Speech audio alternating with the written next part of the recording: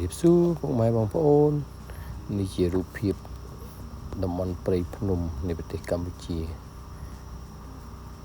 ជីវៈចម្រុះដ៏ស្រស់ស្អាតនៃទឹកដីប្រទេសកម្ពុជារបស់យើងមើលទៅទិដ្ឋភាពពិតជាស្រស់ស្អាតនេះផ្លូវចេញពីភូមិថ្មីឆ្ពោះទៅកាន់តំបន់ថ្មដានៃខ្សែក្រវ៉ាត់ព្រំដែនកម្ពុជាថៃខ្ញុំនឹងនាំយកវីដេអូដ៏ស្រស់ស្អាតនៃតាមដងផ្លូវទៅកាន់តំបន់ដែលមានទេសភាពស្អាតដែលមានជួរភ្នំមាត់ព្រែកខ្ញុំជឿជាក់ថាបងប្អូនទស្សនាវីដេអូនេះពិតជាស្រឡាញ់ទឹកដីដ៏ស្រស់ស្អាតនៃប្រទេសរបស់យើងហើយវីដេអូប៉ុន្មាននាទីនេះក៏ផ្ញើជូនបងប្អូនប្រិយមិត្តជនរួមជាតិទាំងអស់ដែលស្រឡាញ់ទឹកដីនិងមាតុភូមិយើងរួបរวมគ្នាការពារទឹកដីរបស់យើងនិងមាតុភូមិរបស់យើង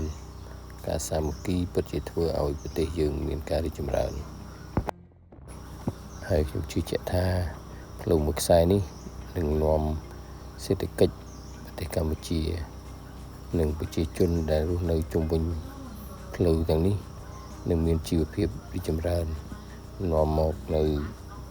សេដ្ឋកិច្ចដ៏ល្អប្រសើរជូនប្រជាជនកម្ពុជារបស់យើងនៅថ្ងៃអនាគតមិនយូរប៉ុន្មានទេផ្លូវមួយខ្សែនេះនឹងមានការអភិវឌ្ឍកាន់តែងាយស្រួលសម្រាប់ប្រជាជនដែលរស់នៅតាមតំបន់នេះហើយវាក៏ជាប្រព័ន្ធដឹកជញ្ជូនយ៉ាងសំខាន់សម្រាប់សេដ្ឋកិច្ចអ្នកនៅក្នុងខេត្តកោះកុងនិងអ្នកខេត្តពោធិ៍សាត់ពិតជាមានភាពស្និទ្ធស្នាលនឹងចិត្តគ្នាជាងមុនតោះអរគុណទាំងអស់គ្នាទស្សនាវីដេអូពេញទាំងអស់គ្នា